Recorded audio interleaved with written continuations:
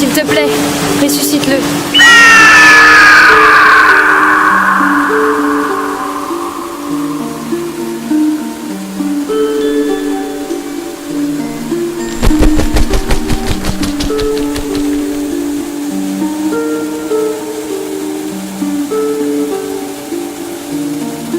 Je crois qu'il y a un problème.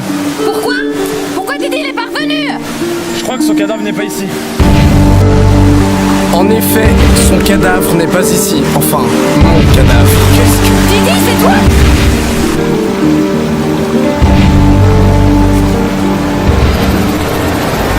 Oui, je suis Didi, enfin pas réellement le Didi que vous connaissez. Je viens du futur. Je suis le Didi du futur. Encore? Non mais on nous a déjà fait le coup. Je sais qu'on vous a déjà fait le coup. J'ai mes propres souvenirs, les souvenirs du Didi que vous connaissez. Et Zoroark n'est plus. Donc si t'es là, ça veut dire que Didi est vivant. Il est où? Enfin, t'es où? Il est où là tout de suite? Ok, je sais que ça va vous faire un choc. Mais Didi n'est pas mort. En fait, ça fait des mois que vous faites son deuil. Et il est toujours en vie. La preuve, je suis encore là. Lydiaz a disparu. Il y a une explication à cela. Pendant mon combat, dans cette même cascade, là où je suis censé être mort, Voltorb a utilisé Explosion. Lydiaz est venu à mon secours, étant un grand chasseur de Pokémon légendaires. Il avait Dialga et Palkia. Et il a voulu me sauver avec... L'explosion a créé une distorsion du temps. Je ne suis pas mort, mon cadavre n'est pas là.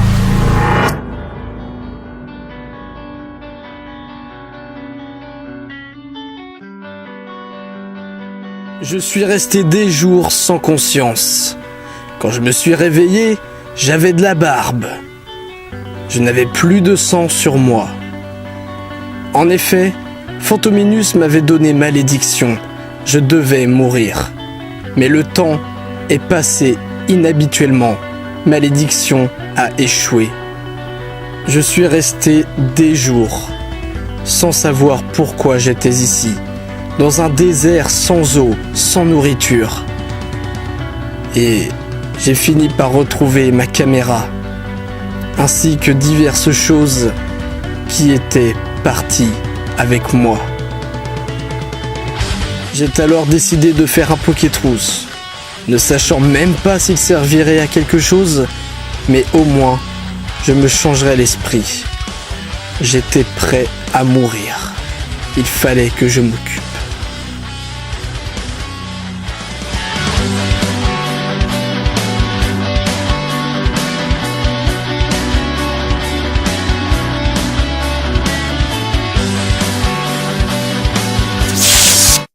Ok, je sais pas du tout ce que je suis en train de faire. En tout cas, ça va m'occuper. Je suis pas du tout certain de pouvoir vous faire voir cette vidéo un jour. Si vous la voyez, c'est que j'ai réussi à la poster dans un avenir plus ou moins proche. En attendant, il faut que je fasse cet épisode. Il existe 4 grandes théories sur le fonctionnement des Pokéballs. Ces théories sont très intéressantes et pour ne pas exclure une théorie que vous pourriez apprécier, je vais vous citer ces 4-là en faisant un petit classement de la théorie la moins probable à la plus probable. Avant de parler de ces objets qui sont au cœur de l'intrigue des jeux vidéo Pokémon, revenons sur leur origine. Que sait-on de la naissance des Pokéballs? Carrément rien. Il faut le dire, nous ne connaissons rien. Dans les jeux, rien n'est dit. Dans l'animé, rien n'est dit. Dans les cartes, encore moins. Mais en rassemblant quelques petites choses comme des déductions, des points communs et des petites recherches, nous arrivons assez facilement à trouver l'origine des Pokéballs. Tout d'abord, regardons dans le bestiaire des Pocket Monsters si des monstres ont l'apparence de Pokéball. Tout d'abord, nous avons Voltorb. Voltorb a carrément l'apparence d'une Pokéball puisqu'il est rond, mais d'après une vérité que je vous ai dit il y a très longtemps, il ne peut pas être la création d'une Pokéball puisqu'il est une Pokéball. Possédé par Spectrum. Quant à lui, le Pokédex nous laisse entendre que Voltorb est une mutation d'une Pokéball qui aurait explosé. On peut donc alors faire 2 similitudes entre ces 2 vérités. Un Voltorb peut très bien être né d'une Pokéball qui a explosé, dont l'ADN d'un Spectrum capturé à l'intérieur en a fait un Voltorb qui est donc contrôlé par un Spectrum, voire Pokétrousse 2 pour 1. Qu'avons-nous d'autre? Nous avons Golé. Golé qui est un Pokémon très intéressant et qui sera au cœur de cette vidéo. De nombreuses recherches nous montrent bien que Golé est devenu au fil du temps un Pokémon avec un motif de Pokéball pour attirer ses proies. Et si ce n'était pas justement l'inverse, la Pokéball a imité les motifs de Golé. En effet, Golé, nous savons qu'il attrape des proies en ouvrant ses deux hémisphères sur son chapeau, en dégageant des spores. C'est-à-dire que son motif de Pokéball s'ouvre en deux, dégage un produit qui attire les proies pour rentrer en lui, afin qu'il puisse le manger ou faire des choses plus dégueulasses. Ça vous rappelle rien? Ce système d'ouverture et le lancement d'un produit est similaire à l'ouverture d'une Pokéball qui envoie son laser. Nous ne savons rien de la création des Pokéballs, en revanche, nous savons à quoi ressemblait la première Pokéball. Il est fort possible que son mécanisme bien trop long, une ouverture peu séduisante pour l'utilisateur, ait forcé des scientifiques à faire un autre choix à la fois plus utile, plus rapide et surtout qui donne plus envie de vendre. Une fois que l'on a trouvé Golé, on s'est carrément inspiré de son système de capture de proie pour en faire une Pokéball, un objet qui capturerait d'autres, j'avais envie de dire proies, mais pour capturer d'autres Pokémon. Pour ce qui est de la Master Ball, de la Super Ball, de la Hyper Ball, nous pouvons penser que les chercheurs, au fil du temps, ont amélioré le mécanisme de la Pokéball pour en faire des balls bien plus utiles, bien plus rapides et qui se feront bien vendre. D'ailleurs, la Master Ball est d'une couleur violette. C'est une Pokéball plutôt rare et c'est à la fois une Pokéball qui a un taux de capture très élevé. Une Pokéball très rare, violette, Golé shiny est rare et il est violet aussi.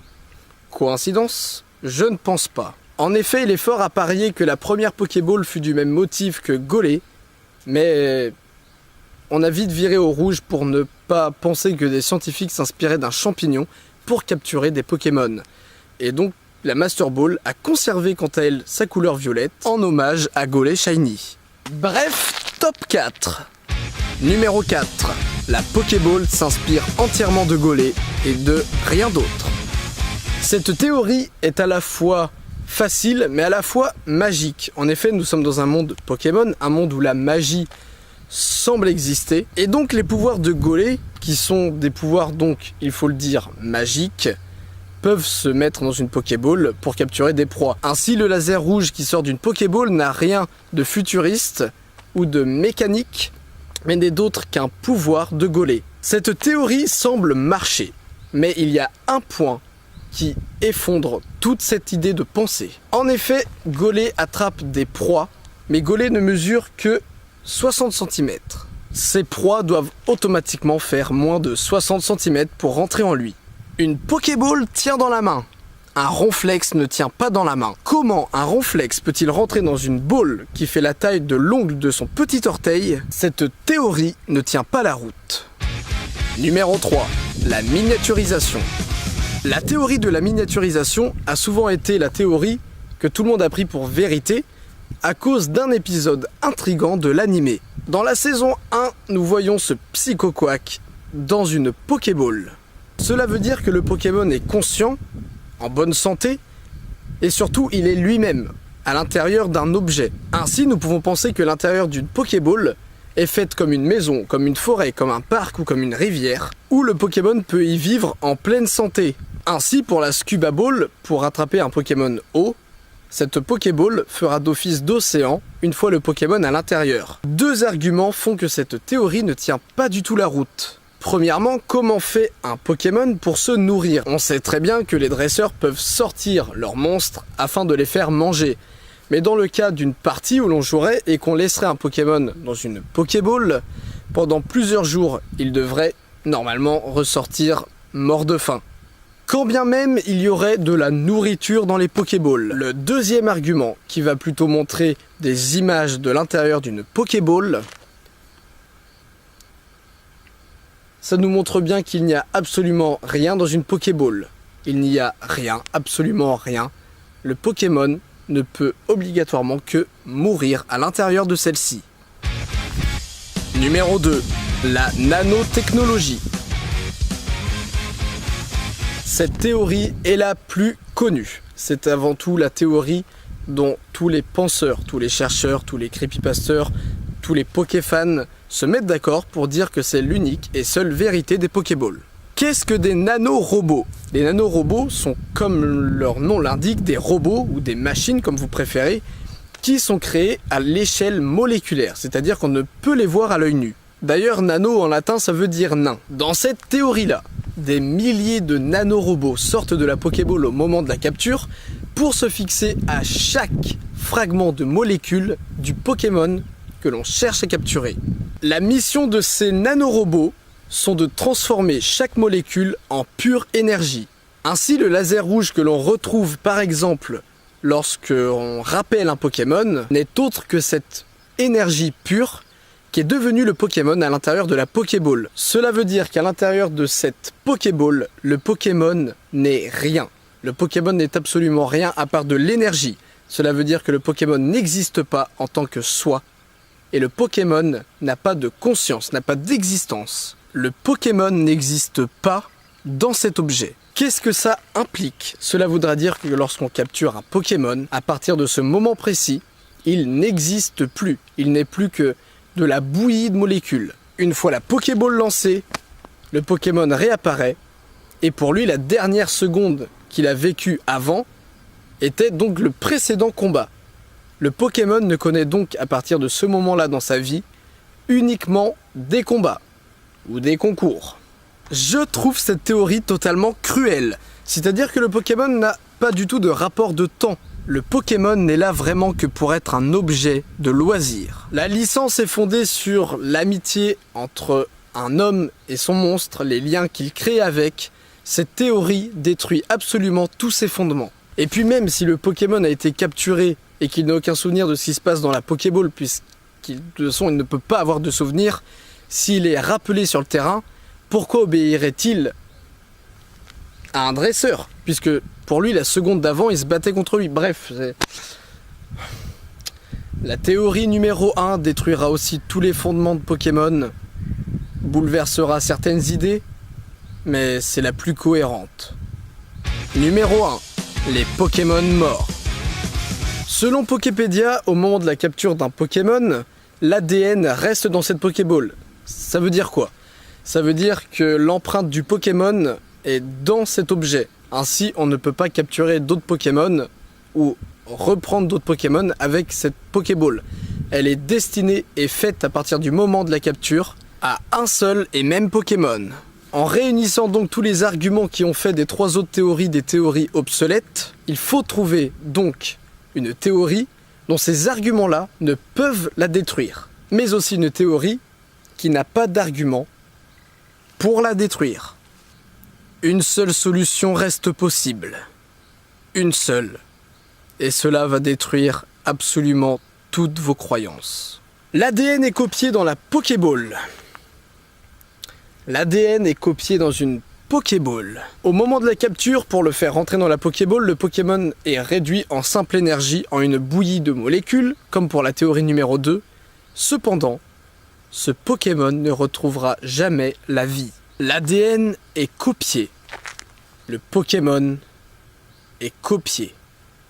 Par exemple, il y a un Salamèche droit devant vous. Vous prenez une Pokéball, vous le capturez. Vous le ressortez.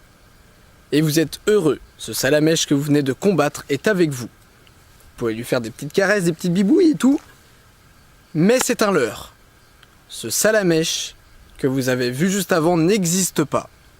Son ADN a été copié et le Salamèche a été régénéré. Le Salamèche que vous envoyez au combat n'est pas du tout le même. Il n'est qu'une copie du Salamèche que vous avez voulu avoir. Et à chaque fois que vous rappellerez ce Salamèche, il mourra et une autre réplique se fera.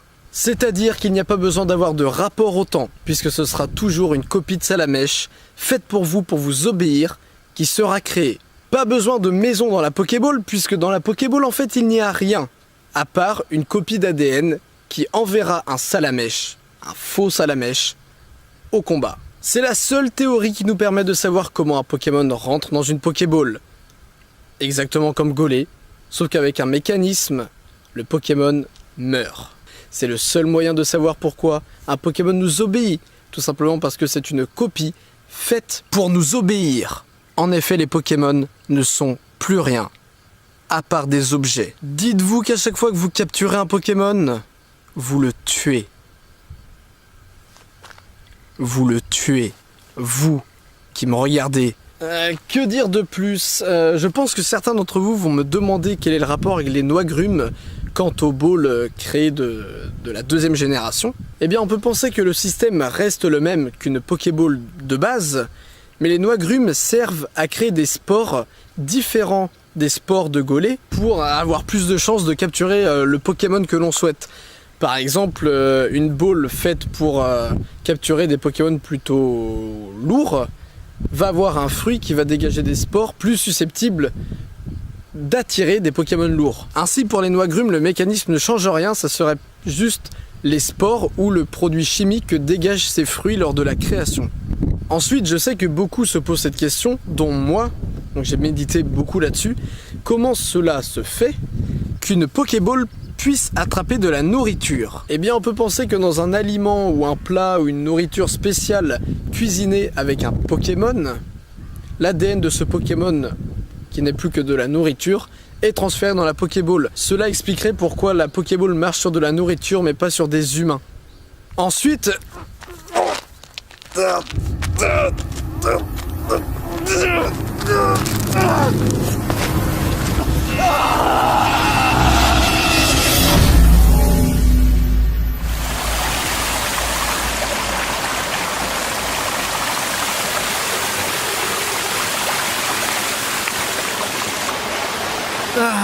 tout va rentrer dans l'ordre, vous inquiétez pas. Enfin, du moins que quand vous allez arriver à ma propre époque, ça va chier.